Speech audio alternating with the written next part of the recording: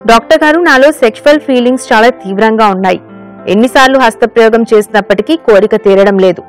స్త్రీతో కలిస్తేనే నా మనస్సు శాంతిస్తుందని అనిపిస్తోంది. స్త్రీలు అంత తేలికగా ఒప్పుకోరు కదా, అందుకని వేశ్యతోనైనా పాల్గొనాలని తాతలాడుతున్నాను. వేశ్యల్లో ఎయిడ్స్ ఉంటుందట. ఎయిడ్స్ రాకుండా వేశ్యలతో ఎలా సెక్స్ లో పాల్గొనాలో, ఎటువంటి జాగ్రత్తలు తీసుకోవాలో చెప్పండి. నా బాధను అర్థం చేసుకోండి. అంత తేలికగా కొట్టిపారేయకండి. ప్లీజ్ ఏదైనా సలహా ఇవ్వండి అంటున్నారు. ఆయనకి ఓకే, సెక్స్ కోరిక బాగా తీవ్రంగా ఉన్నాడు, సెక్స్లో పాల్గొంటే బాగానే ఉంటుంది, కరెక్టే. కానీ అలా పాల్గొన మొత్తం పెళ్ళాక భార్యతో సెక్స్లో పాల్గొనాలి. అంతర్కాలంలో హస్తప్రయోగం చేసుకోండి. హస్తప్రయోగంలో పూర్తి తృప్తి కలగకపోయినా సరే హస్తప్రయోగం కలిసి మనసును కంట్రోల్ చేసుకోవాలి, మనసును నియంత్రణ చేసుకోవాలి. అంతే తప్ప నా సెక్స్ కూడా ఎక్కువ కనుక ఒక వేస్తే సెక్స్లో పాల్గొంటాను అనేది ఏమాత్రం కరెక్ట్ కాదు.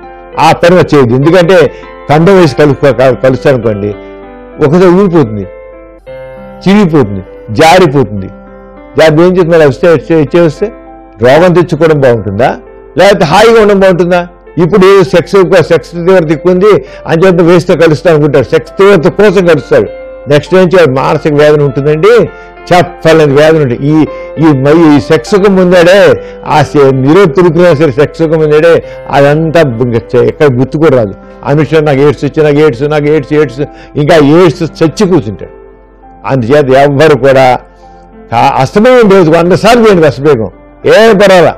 కానీ ఎట్టి పరిస్థితుల్లో కూడా ఇలాగా అపరిచిత వ్యక్తులతో కానీ ఇంకో వేసులతో కానీ సెక్స్ పాల్గొనకూడదు. పాల్గొంటే జీవితం నాశనం అవుతుంది. జీవిత నాశనం ఆ పని చేయకండి.